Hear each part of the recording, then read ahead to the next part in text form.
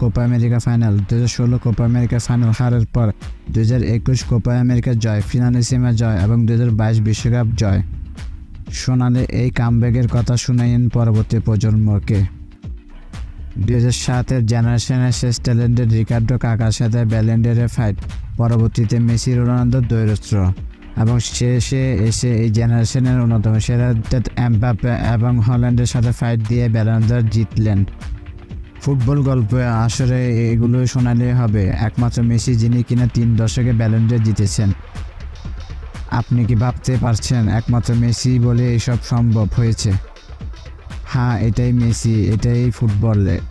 ইতিহাসের কথা আসলে সবারই ইতিহাস শোনায়েন। ইতিহাস সৃষ্টি করলে এমনভাবে ইতিহাস সৃষ্টি করতে হবে।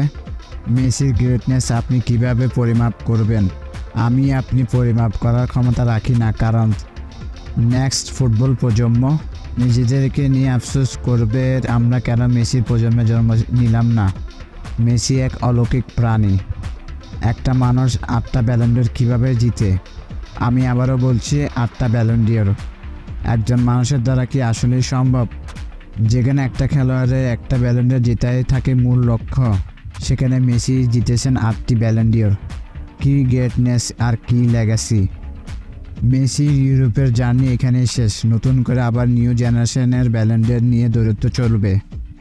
একজন মেসি এফসি হয়ে গর্ব হয়, আবার দুঃখ হয়। মেসি যে ইতিহাস তৈরি করে গিয়েছেন তা অমর হয়ে থাকবে। একজন মেসি এফসির ফুটবলে আফসোসের কোনো জায়গায় নেই। একজন মেসি আমাদের সম্পূর্ণ পরিপূর্ণ করে দিয়ে গিয়েছে। আফসোসের একদমই জায়গা নেই একদমই। ফুটবলের দীর্ঘ অনেক ইতিহাসে বিখ্যাত খেলার ব্যালন ডি'অর জিতেছেন মাত্র একবার। জস ব্যাস, জিনেদিন জিদান এবং ইউসেবি সবার নামের পাশে আছে মাত্র একটি Ballon d'Or. Brazilian great Ronaldo জিতেছেন 2টি। ইতিহাসের অন্যতম সেরা খেলোয়াড় জোয়ান ক্রুইফ পেয়েছেন 3টি দেখা। মেসির সবচেয়ে বড় প্রতিদ্বন্দ্বী ক্রিস্টিয়ানো রোনালদো ঝুলিতে 5টি ব্যালন ডি'অর। আর আজ রেকর্ড 8বার ব্যালন ডি'অর জিতেছেন মেসি।